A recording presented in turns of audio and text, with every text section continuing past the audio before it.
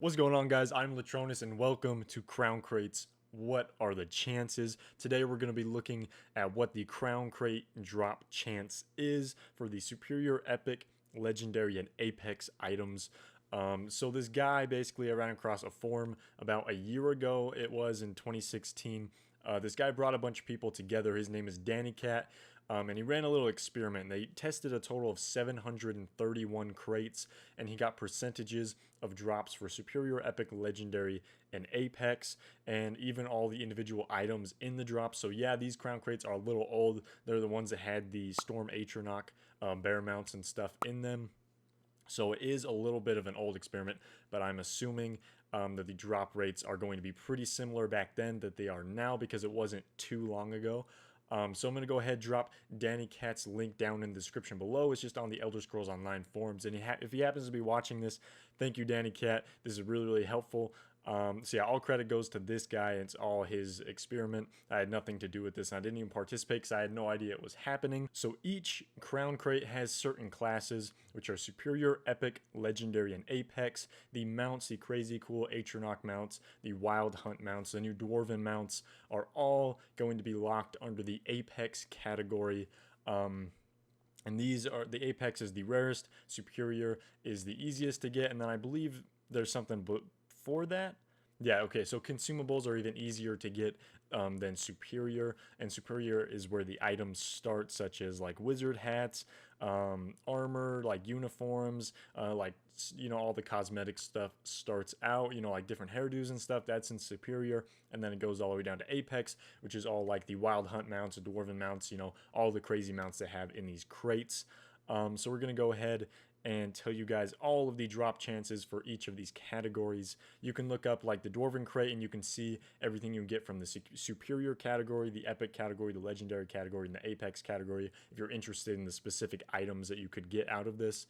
So the first thing we're going to be looking at is the Superior category, and these percentages are for each crate opened and not each individual card. So if you open a crate, you have a 5% chance of getting a Superior item.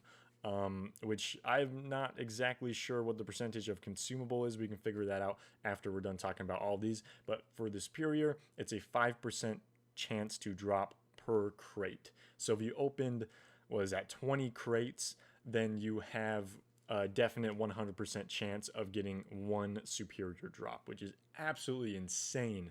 So if you open up, 4 crates and you get a Superior drop, that's kind of considered as lucky because that would be 5, 10, 15, 20. It'd be a 20% chance, 1 in 4, that you would get a drop in those 4 crates, which is kind of crazy that these drop rates are so low.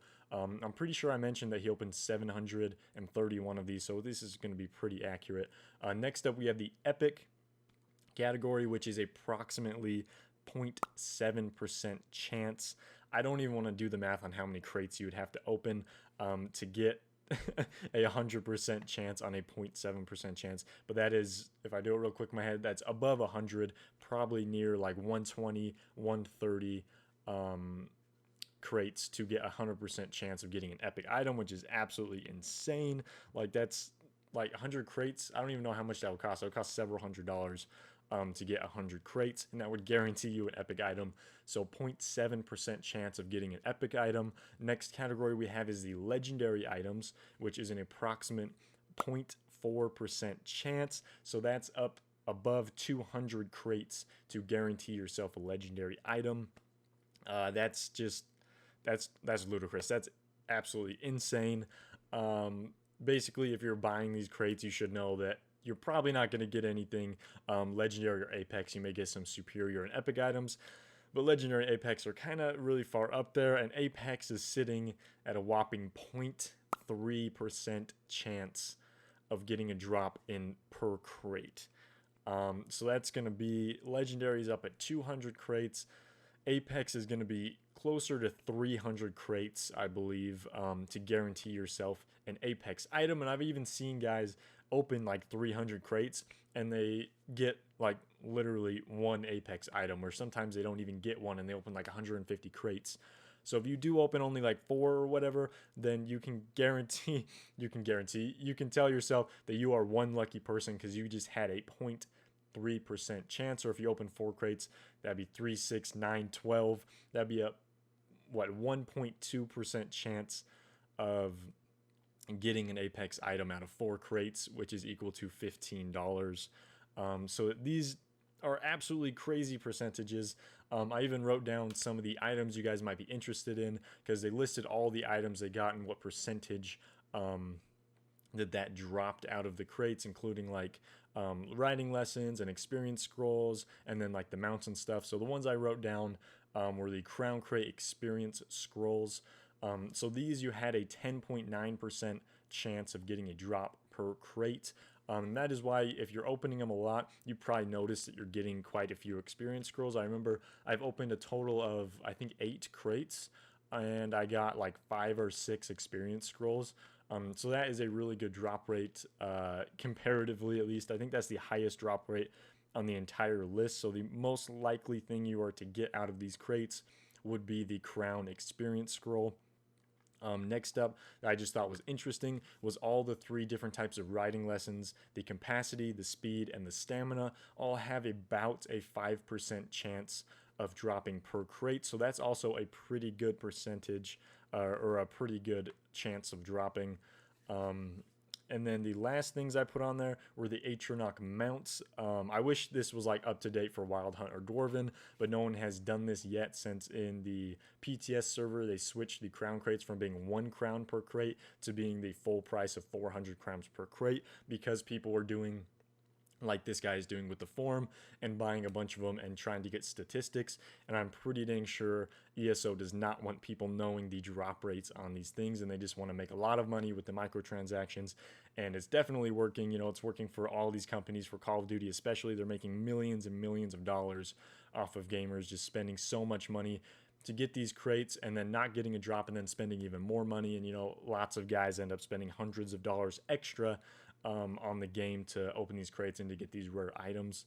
At least in the Elder Scrolls Online, most of the stuff you get isn't super beneficial. It's all like cosmetic, which honestly, a lot of MMOs are all about cosmetic and how you look, and it makes you feel cool and everything. But at least it's not packed full of like crazy experience scrolls. Like the experience scrolls you can craft and everything and be totally fine. And they don't have like crazy armor or anything. Like Black Ops 3 has like guns that are locked behind walls of hundreds of dollars in order to get the guns. So at least it's not like that. Sorry, I got a little sidetracked right there. We're going to go ahead and look at the percentages for each individual Atronach mount. So the Storm Atronach Bear is at a 0.41% chance per crate you open. The Storm Atronach Camel is at a 0% chance. And that's probably because out of the 731 crates, they didn't get a single camel mount out of all of those 731, which is absolutely insane. And then the Guar mount has a 0.27% chance. The Atronach horse has a 0.14% chance. The Atronach Sench mount, hopefully I'm saying that correctly, has 0.27% chance of dropping. And the Atronach wolf mount is back up to 0.41% chance of dropping. So all those average out to about 0.3% per crate. So as you can see, the Apex mounts are extremely rare to get. And from these statistics, I'm pretty sure they're pretty dang close to actuality. Even though you see a lot of people with these cool mounts running around, just know it's most likely that they bought a lot of crates in order to get those mounts. Myself, I've opened 8 crates and I've gotten a Wild Hunt horse, which is just, after seeing these statistics, I was blown away, honestly. I was like, total, I had like a 3 or 4% chance of getting a Wild Hunt mount out of my crate, which is just insane to have 8 crates and have a 3% chance and then actually to get it. That's a really crazy drop rate. And I'm sure some of you guys are kind of in the same boat, and other guys had to spend a lot of money to get there. So yeah, I feel like people just don't really know the crown drop rates for stuff. So I thought I'd just make a video kind of explaining to everybody what the drop rates actually are, or as close to what they are as we can get. This is just one guy's study, but he did do 731 crates, which makes it a pretty dang good study. And I would say it's something that you could, get behind and, like, it's not 100. I'm getting a little confused here, but it's not 100% certain that these are the drop rates because he only did 731. But like personally, I'm gonna trust it. I'm gonna say that these numbers are probably pretty dang close to actuality. I would say each mount probably has maybe a 0.5% chance of getting dropped, or maybe a 0.4% chance of getting dropped. I'm not sure if 0.3% is 100% accurate. But yeah, that's just kind of all of the percentages for the crates and everything. I'm sorry that I couldn't get percentages for like the wild hunt crates and the new dwarven crates. If somebody does some sort of like form like this in the future, I'll make sure to let you guys know and go over their statistics, and then we can compare it to these statistics. But this is what we have to go off of right now. So yeah, basically in ending, the crown crates are insane to buy, and if you buy them, just buy them knowing that everything you're getting is just cosmetic, and it's probably not going to be that good. Personally, when I like pay my $15 ESO month, ESO plus every month or whatever, I am fine spending those 1,500 crowns on 4 crates, because I know that those 1,500 crowns would just go to an experience scroll otherwise, and I'm in a position where I'm like, I don't really super need experience scrolls or really care for experience scrolls, so I might as well just try my luck and just kind of see what I get.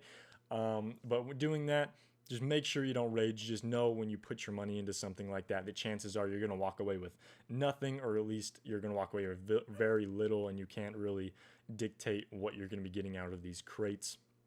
So that's just kind of my opinion, my view on them. The statistics from this guy, again, his name is Danny Cat. I'll drop the form link in the description below so you can go see all of the items and their drop rates and kind of see how he did the whole test. It was really, really cool. So yeah, that is going to end the video. Thank you guys so much for watching and staying till the very end. I really, really appreciate it. And yeah, I'll see you guys next time.